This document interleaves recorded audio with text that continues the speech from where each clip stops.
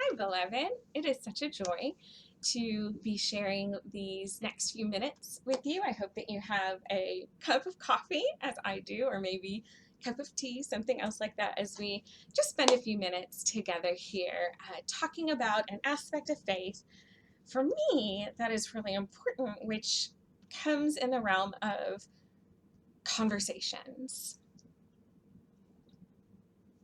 Got to take a big drink as we delve into this. I think that so much of our faith is articulating things that we believe, is articulating and having conversations with each other and with God as well. So, as I have been working here in the office over the past few weeks, I've had some wonderful time to be able to listen to some seminars.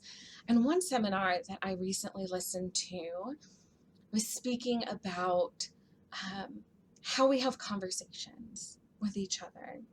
What is our view of conversations, and what is the purpose of a conversation? So, Dr. Hilary McBride was expounding upon ideas of a philosopher, and unfortunately, I did not get the philosopher's name. But she spoke about how, and expounding upon him, of these two different things of what is our view whenever we go into a conversation. Is a conversation between I and it, or is it between I and thou? I'll tell you the difference between these two.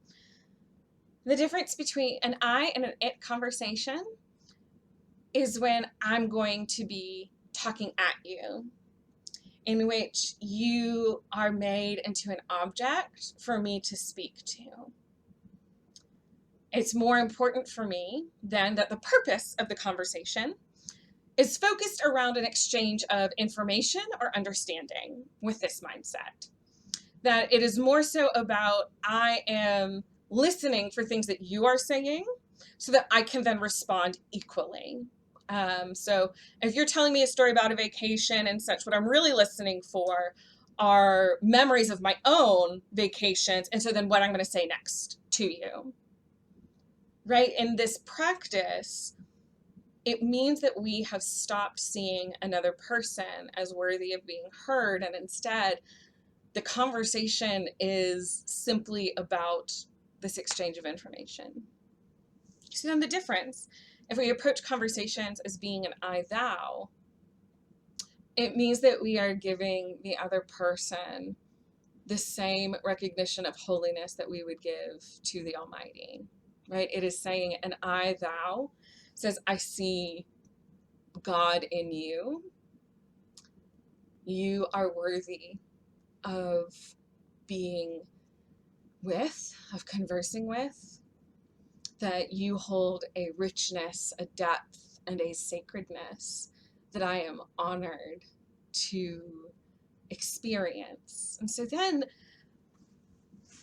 viewing our conversations between each other in that way, it no longer is about an information exchange, but instead we've suddenly found ourselves in a time of shared moments of discovery together, right? That whenever I'm waiting to discover things about you, and in hearing what you are saying, I'm curious to know more. So I think about this so much as of late, and what it means to view conversation as I, it versus I, thou, and information exchange in contrast to shared moments together.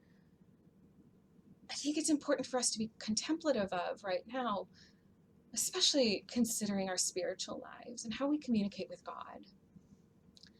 Because I think more often than not, our conversations with God tend to be more I, it, that we're talking at God, that it's an exchange of information in which we are informing God of different things, we are asking God questions, we are doing things for our purpose and our benefit, and not approaching this time with the holy simply as a precious moment to share time with God and to share time together.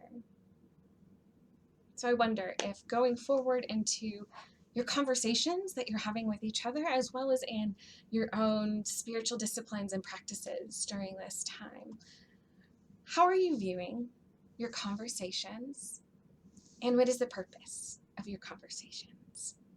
So I hope that that gives you as much food for thought as it has been giving me. I'll talk to you guys later.